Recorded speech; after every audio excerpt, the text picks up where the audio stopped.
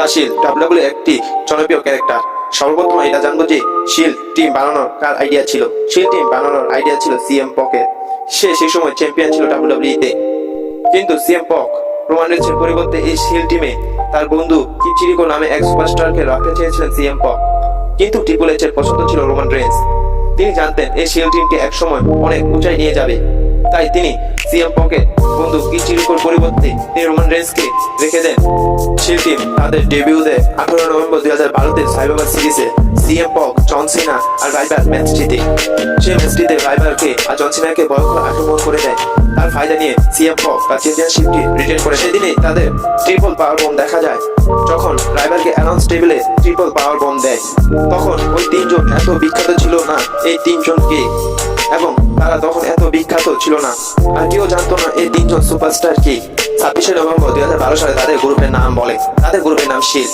তখন আমরা জানতে পারি যে একজনের নাম রোমান রেন্স, আরেকজনের নাম সেথ রোলিন্স আর ডিন অ্যামব্রোস। তখন তারা ডাব্লিউডাব্লিউতে হিল সুপারস্টার হিসেবে কাজ করত। তাদের যখন জিজ্ঞাসা করা হয় তারা কি সিএম পক আর তার ম্যানেজারের জন্য কাজ করে, তারা না বলে দেয়।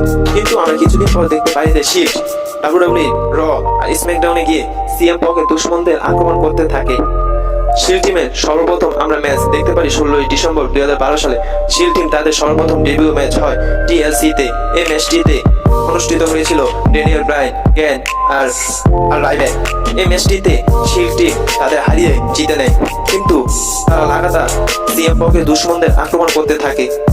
21 জানুয়ারি 2013 সালে রককে আক্রমণ করে দেয় শিল্ড টিম রতে। কারণ কয়েকদিন পর রয়্যাল রাম্বলে অনুষ্ঠিত হতে যাচ্ছে সিএম পকের সাথে রকের চ্যাম্পিয়নশিপ ম্যাচটি। এই জন্য ডাব্লিউডাব্লিউ চেয়ারম্যান এই অর্ডার দেয় যে শিল্ড টিম যদি রয়্যাল রাম্বলে ইন্টারফেয়ার করে তাহলে সিএম পকের চ্যাম্পিয়নশিপ কেড়ে নেওয়া হবে। তারপর সিএম পক বলে শিল্ড টিমের সাথে তার কোনো লেনাদেনা নেই। সে শিল্ড টিমদের ডেকে বলে রয়্যাল রাম্বলে ইন্টারফেয়ার না করতে। তারপরও রয়্যাল রাম্বলে এসে রককে আক্রমণ করে দেয়। তারপরও রক সিএম পককে হারিয়ে দেয়। এরপর ডাব্লিউডাব্লিউ চেয়ারম্যান পরে রয় ভিডিও ফুটেজ দেখিয়ে বলে যে শিল্ড টিম হচ্ছে সিএম পকের ম্যানেজারের জন্য কাজ করে থাকে। এরপর থেকে সিএম পকদের কাজ করা বন্ধ করে দেয় শিল্ড টিম। শিল্ড টিম সর্বপ্রথম রেসলম্যানিয়া 29-এ শেমাস, র্যান্ডি আর বিগশোর বিরুদ্ধে সেই ম্যাচটিতে শিল্ড টিম জিতে যায়। এই পর্যন্ত কেউ তাদের হারাতে পারছিল না। এরপর ডিন অ্যামব্রোস তার ডেবিউ ম্যাচ দেয় আন্ডারটেকারের বিরুদ্ধে। এই ম্যাচটিতে আন্ডারটেকারের বিরুদ্ধে ডিন অ্যামব্রোস হেরে যাওয়ার পর শিল্ড টিম এসে আন্ডারটেকারকে আক্রমণ করে দেয় এবং তাদের ট্রিপল পাওয়ার বম দিয়ে দেয় আন্ডারটেকারকে। এরপর এক্সট্রিম রুলস 2013-তে ডিন অ্যামব্রোস সর্বপ্রথম নতুন চ্যাম্পিয়ন হয় কোফি কিংস্টনকে হারিয়ে। তারপর রোমান রেন্স আর সেথ রোলিন্স হয় নিউ ট্যাগ টিম চ্যাম্পিয়ন। সে সময় পুরো শিল্ড টিম চ্যাম্পিয়নশিপ হয়ে যায়। লাগাতার তারা এক বছর আনডিফিটেড রওয়ার পর জুন 14, 2014 সে সময় সর্বপ্রথম তাদের হারের মুখোমুখি হতে হয়। সে সময় তাদের ফেস করতে হয়েছিল ক্যান, ড্যানিয়েল ব্রায়ান আর র্যান্ডি। সে সময় সর্বপ্রথম শিল্ড টিমকে কেউ হারিয়ে দিল।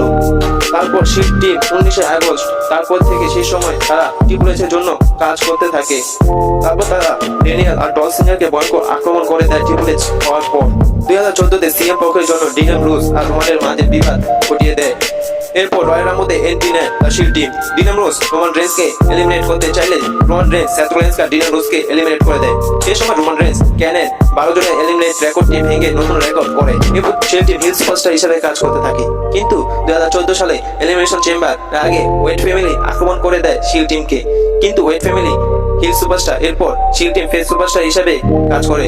দর্শক তাদের পছন্দ করতে থাকে। কিন্তু এলিমিনেশন চেম্বারে ওয়েট ফ্যামিলি শিল্ড টিমকে হারিয়ে। কিন্তু আস্তে আস্তে দ্য শিল্ড টিম দর্শকের মন জিততে থাকে। রেসলম্যানিয়া 20-এর আগে শিল্ড টিমের ফিউড শুরু হয় ক্যানের সাথে।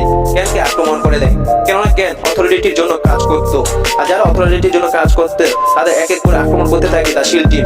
আর দর্শকের মন জয় করতে থাকে দ্য শিল্ড। রেসলম্যানিয়া 20-এর পর অথরিটির বিরুদ্ধে কাজ শুরু করে দেয় শিল্ড টিম। আক্রমণ করে দেয় ট্রিপল এইচ আর র্যান্ডি অর্টনের উপর। দুইবার তাদের হারিয়ে দেয়। 19 জানুয়ারি 2014 সেথ রোলিন্স রিটার্ন করে। সে আক্রমণ করে দেয় ডিন অ্যামব্রোস আর রোমান রেন্সকে। এরপর থেকে তিনি ট্রিপল এইচের সাথে কাজ শুরু করে। কিছুদিন পর শিল্ড দর্শক রোমান রেন্স এসে বলেন তিনি একে ডাব্লিউডাব্লিউতে ফাইট করবেন। আর এখানে শিল্ড টিমের স্টোরি শেষ হয়নি। জুন 2017 ডিন অ্যামব্রোস রতে ফিরে আসেন। সেই সময় সেথ রোলিন্স ফেস সুপারস্টার হয়ে যান। সেই সময় সেথ রোলিন্স বলে ডিন অ্যামব্রোসকে একসাথে হয়ে যেতে, কিন্তু ডিন অ্যামব্রোস না বলে থাকে।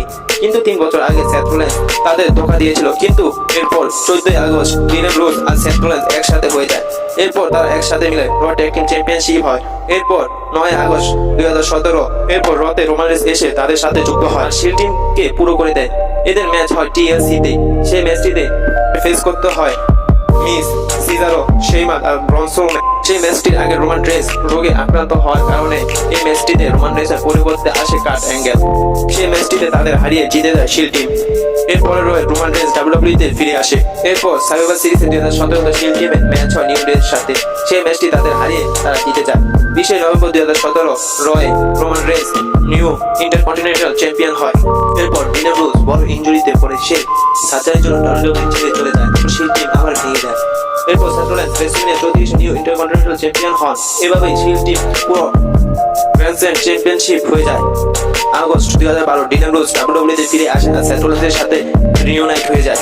এরপর রোমান রেইন্স সামারস্ল্যামে নিউ ইউনিভার্সাল চ্যাম্পিয়নশিপ হন ব্রক লেসনারকে হারিয়ে।